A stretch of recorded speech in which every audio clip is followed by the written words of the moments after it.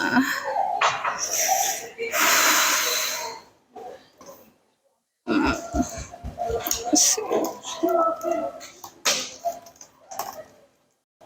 banget. Ngapain lo? Iya, ini gue lagi buat CV. Gue pengen cari kerjaan baru deh. Di sini gue kerja pagi, pulangnya malam, kantong biasa-biasa aja. Nggak ada juga peningkatan karir. Tapi kayaknya susah ya cari kerja zaman now.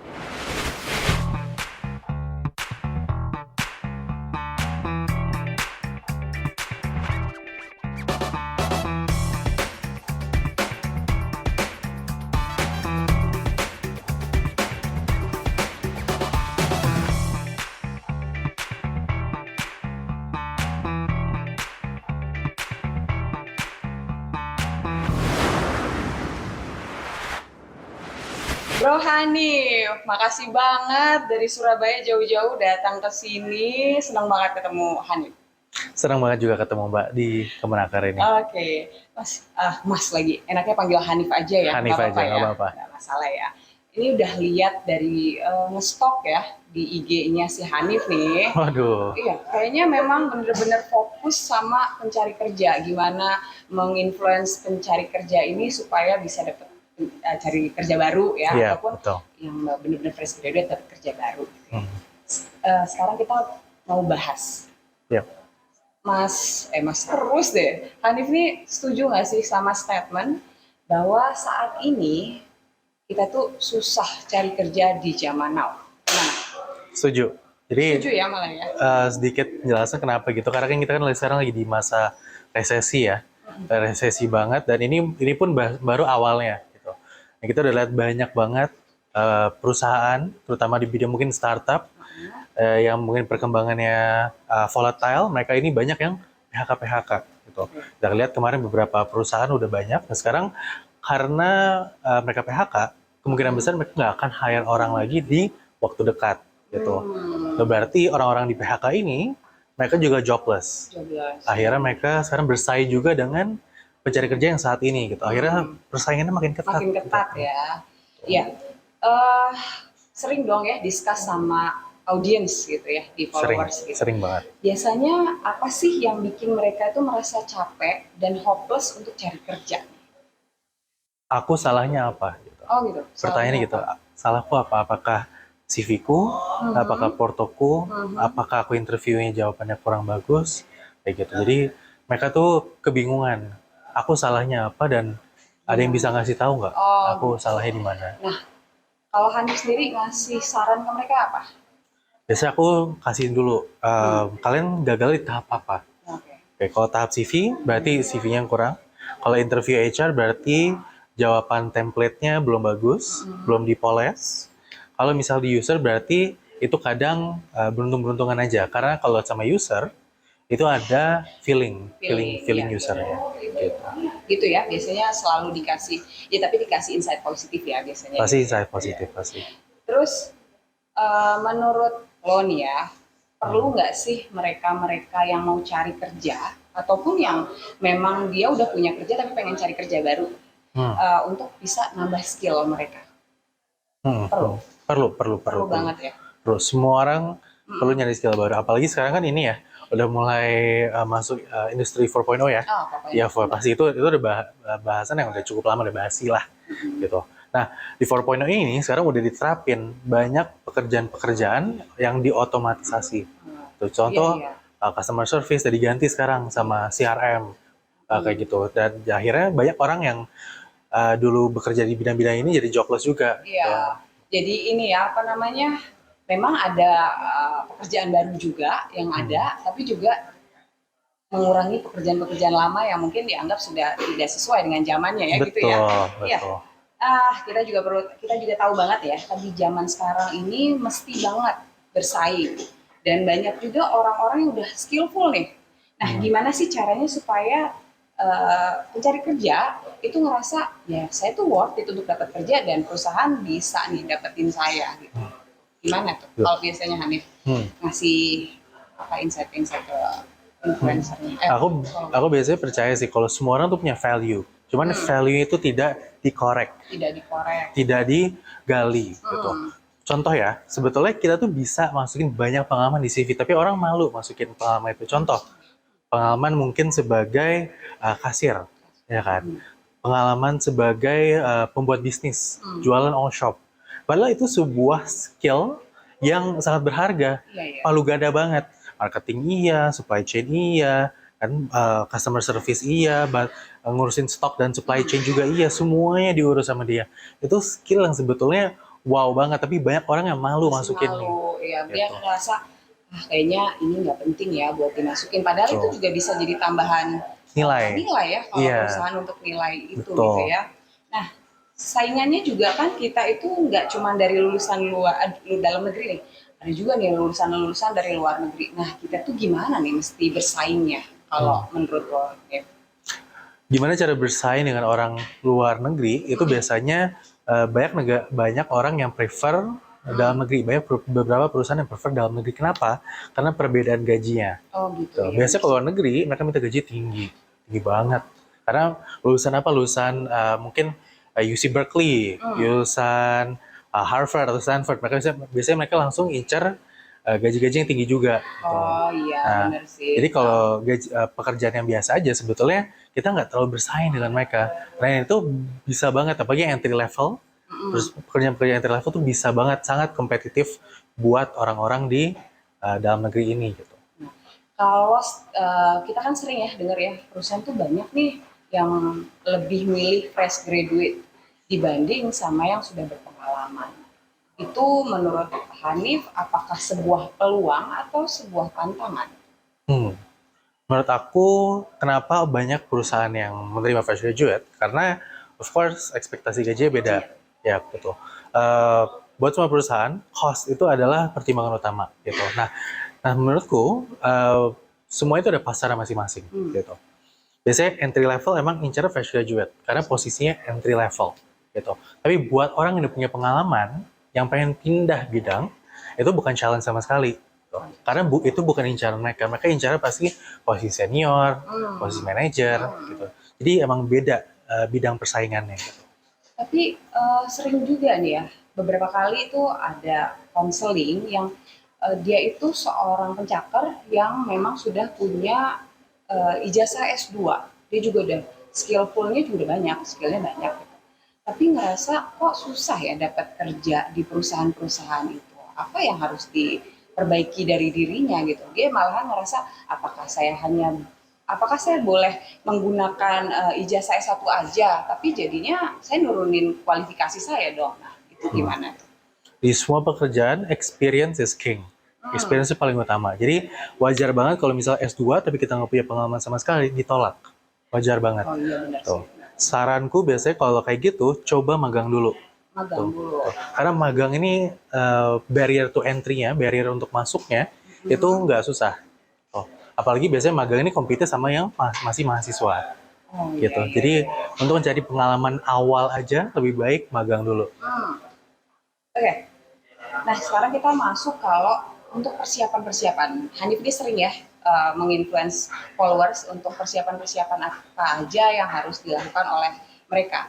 Kalau dari CV harus digimanain? Oke, CV pertama harus ATS friendly. Nah, ATS itu apa? ATS itu singkatan dari Application Tracking System. Jadi basically mereka sistem yang ngebantu HR nge-track semua orang-orang yang lamar. Hmm. Dan di sana mereka juga ngebantu nge-ranking. Ranking? Ranking misalnya dari 1000 CV, ya top 100-nya siapa? Yang Oh, keywordnya cocok nih.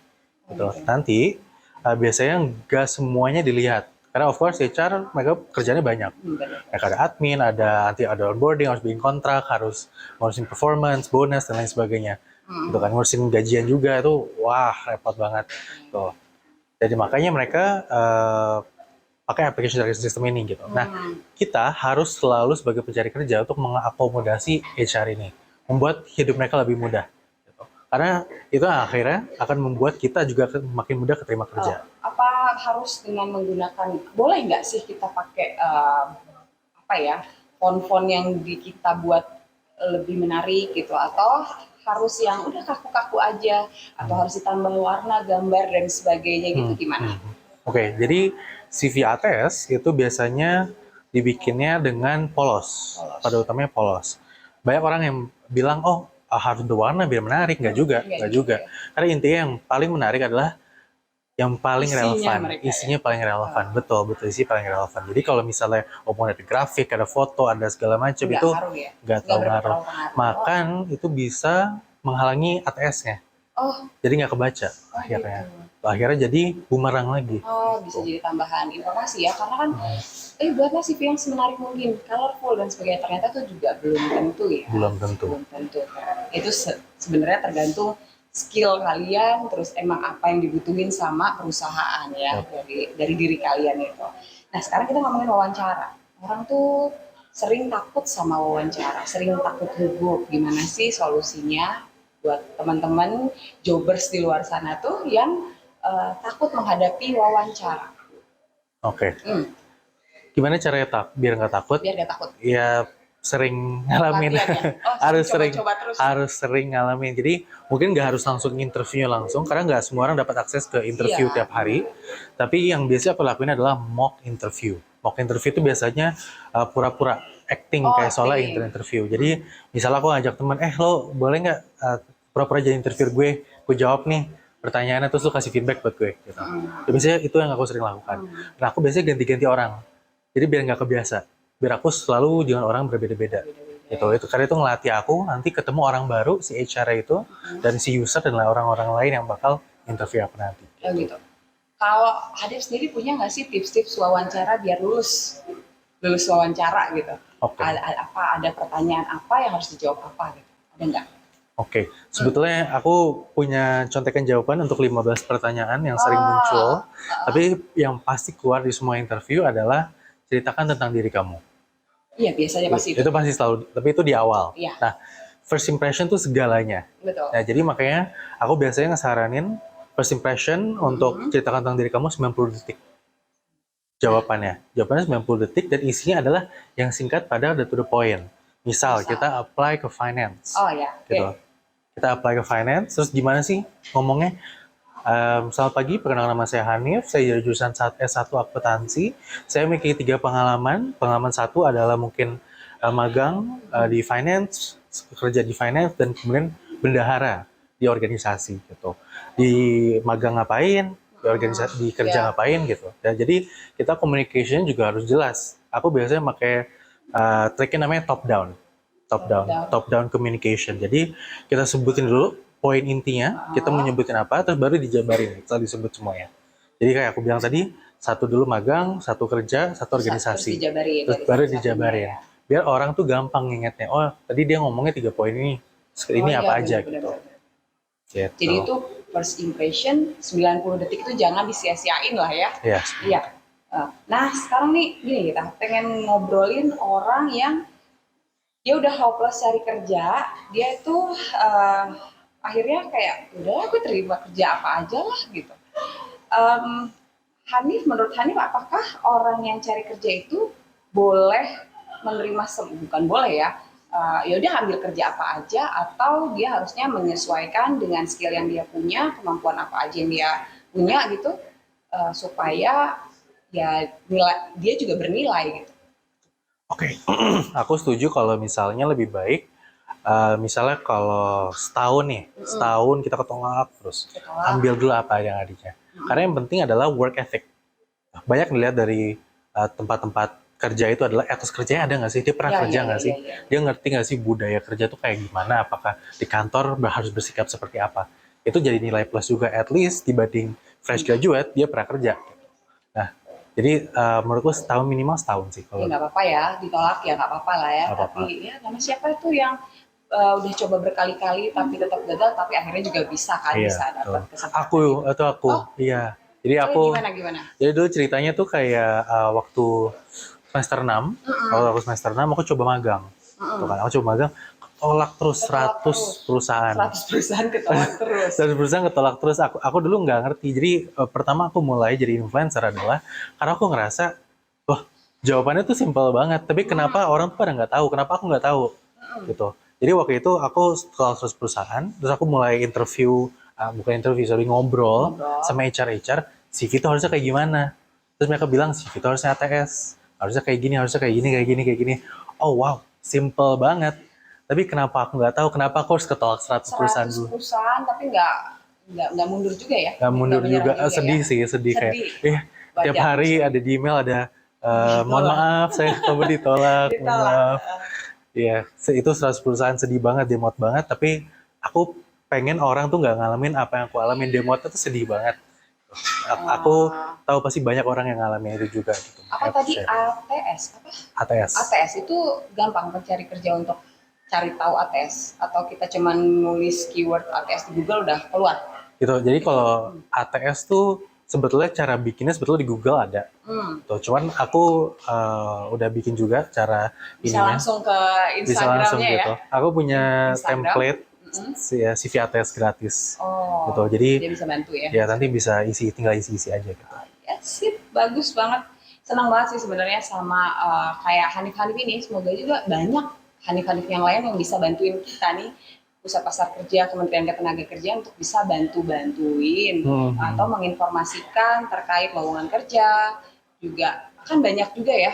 Hanif sering nggak dengar bahwa lowongan kerja yang ditawarkan ke followers ternyata itu hoax. Wah, banyak Sering banget. banget ya.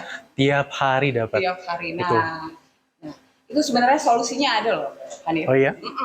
Di Kementerian Ketenagakerjaan kita punya aplikasi namanya itu Siap Kerja.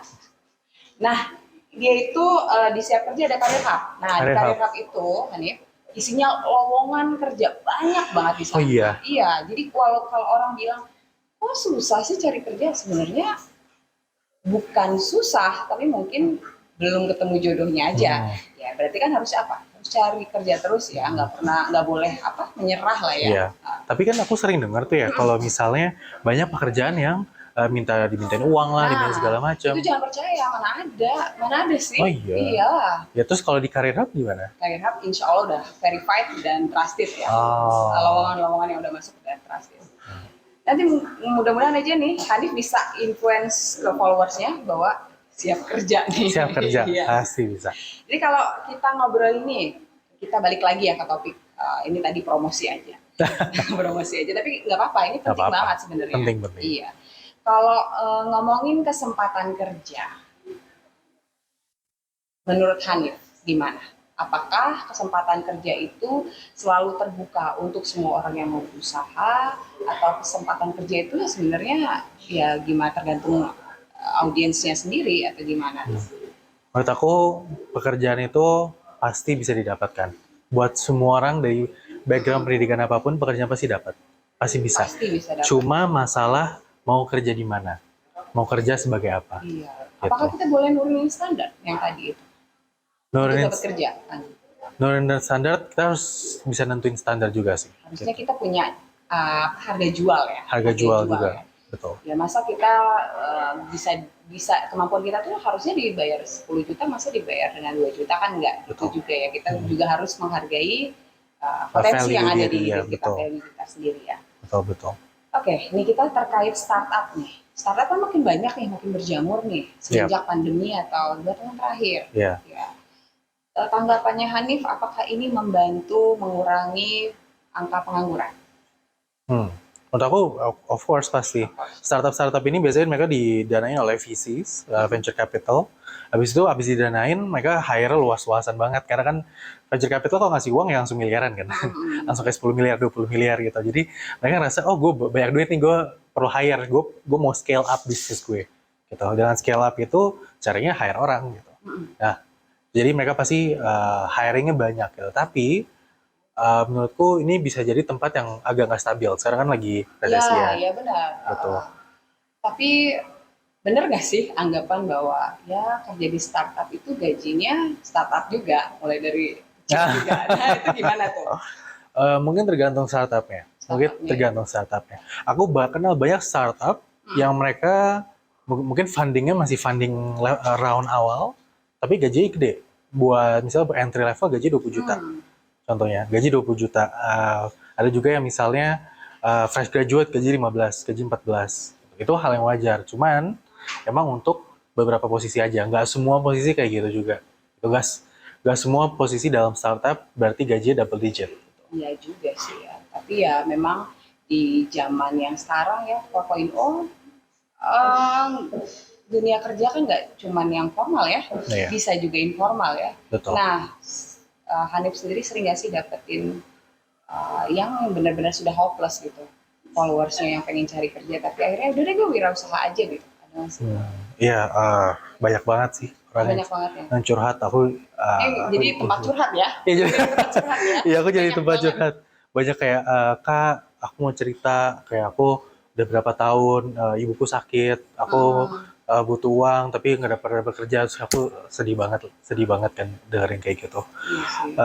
Terus ya udah kayak biasanya aku bantuin gitu. Kalau misalnya emang pengalamannya kayak belum bisa nih, belum ada pengalamannya yang bisa mendukung buat cari kerja, aku saranin mulai bisnis. Betul kayak tadi, Lo wirausaha. harus aja Jangan, daripada nggak iya, dapat kerja betul. juga Karena ya. wirausaha sekarang gampang kan, ada shop, tinggal buka, ada Instagram, tinggal Ya dibikin, coba. promote aja, mulai kecil-kecil gitu. Jadi sebenarnya kesempatan kerja terbuka luas ya, nggak cuman ya wirausaha itu sendiri juga kesempatan kerja kan. Betul, Apapun ya, berwirausaha itu sendiri kita bisa menciptakan lapangan mau kerja, pekerjaan baru. betul, betul, Benar betul. kan, bantu Setuju. pemerintah juga gitu.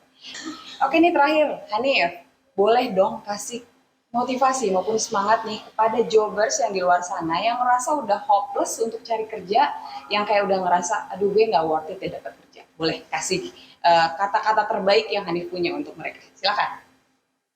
You don't have to be great to start, but you have to start to be great. Kamu nggak harus jadi hebat untuk mulai, tapi kamu harus mulai untuk menjadi hebat. Gitu.